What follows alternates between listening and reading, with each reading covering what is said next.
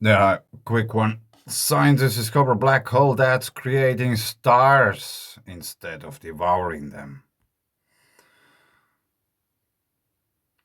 Is this the least deadly black hole in the universe? Let's be friends. Not all black holes are the destructive monsters they're often made out to be.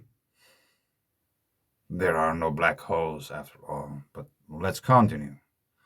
According to the new research done with the Hubble Space Telescope, scientists from Montana State University published an article in Nature this week that found a star formation in Henny's 210, a dwarf starburst galaxy, and they say the black hole at the center of that galaxy actually created them.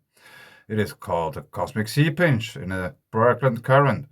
We conclude that this black hole outflow triggered the star formation, the authors wrote. The findings provided insight into a decade old mystery about whether smaller galaxies had black holes proportional in size to larger ones, according to NASA. Listen to Walt Thornhill and get wise about that. 10 years ago, as a graduate student thinking I would spend my career on star formation, I looked into data of Henny's 210 and everything changed. Amy Raines, a researcher at the University of Virginia and one of the study's authors, told NASA, "From the beginning, I knew something unusual and special was happening." And beyond. Raines told NASA that she expects even more research into dwarf galaxy black holes in the future. Using them as clues to better understand how supermassive black holes came into existence would solve a persistent problem for astronomers. And NASA reports that of the three leading theories about how black holes are created, none of them stand out more likely than the others. It really has become the big question, where did they come from? Raines said. Dwarf galaxies may retain some memory of the black hole seeding scenario that has otherwise been lost to time and space. It's poetic that an unusually creative black hole defying rules about how black holes are supposed to act may help scientists understand the most ancient of galactic mysteries. Yeah, let's have a listen to Walt Thornhill about black holes for a quick moment. I recommend you to check them out. On April the 6th, the phys.org report says scientists are set to unveil the first picture of a black hole. The thing is that the picture itself is actually a virtual reality image, like most of these deep space images turn out to be. And that's because the imaging algorithms that were developed to fill the gaps of data, and they say the gaps of data we are missing in order to reconstruct a picture of a black hole. So in other words, it's the algorithms that they've developed based on their understanding and their assumptions about what it is they're looking at that will generate this image. Well, just granted that they are looking for something at the center of the galaxy, which would appear about the size of trying to photograph a golf ball on the moon, according to this article. There is plenty of opportunity for making the image look like what you expect to see. This has happened, of course, before. It's just like the gravitational wave detectors that were built to detect gravitational waves. All of the assumptions were built into that so that they had to find something. So they had hundreds of thousands of templates against which to match these signals.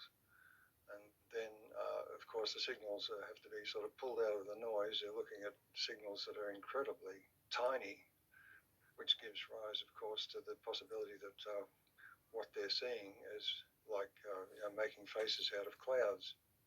The notion that black holes exist is based on gravitational theory.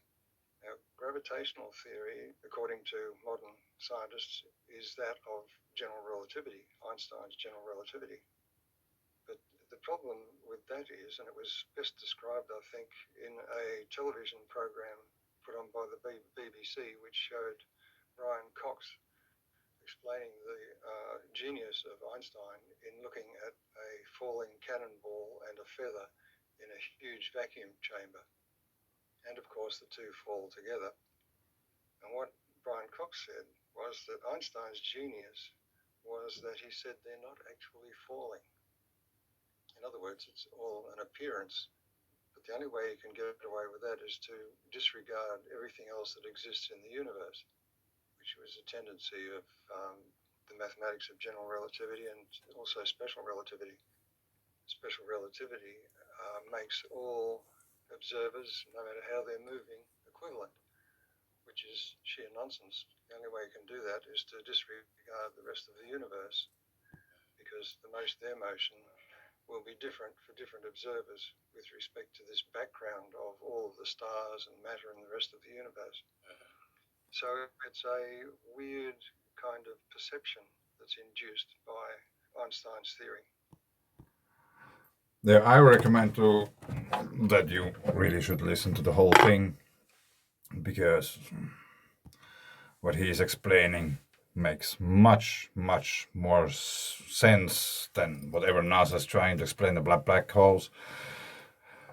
And I said many times, they are probably trying to get the theory in their own books written that they have discovered something and not anybody else, like cosmic sea pinches and all these kind of things, that they just find them, give them another name, and then claim that they have found it by themselves, even though that there has been many, many people before them that explained how stars are formed, sea pinches, electric currents, electromagnetic forces, and all these kind of things. But in a way, it's somehow interesting that this little article closes with, "It's poetic that an unusually creative black hole defying rules about how black holes are supposed to act may actually help scientists understand the most ancient of galactic mysteries, which is the thunderbolt, lightning, the spark of life." Thanks. Bye.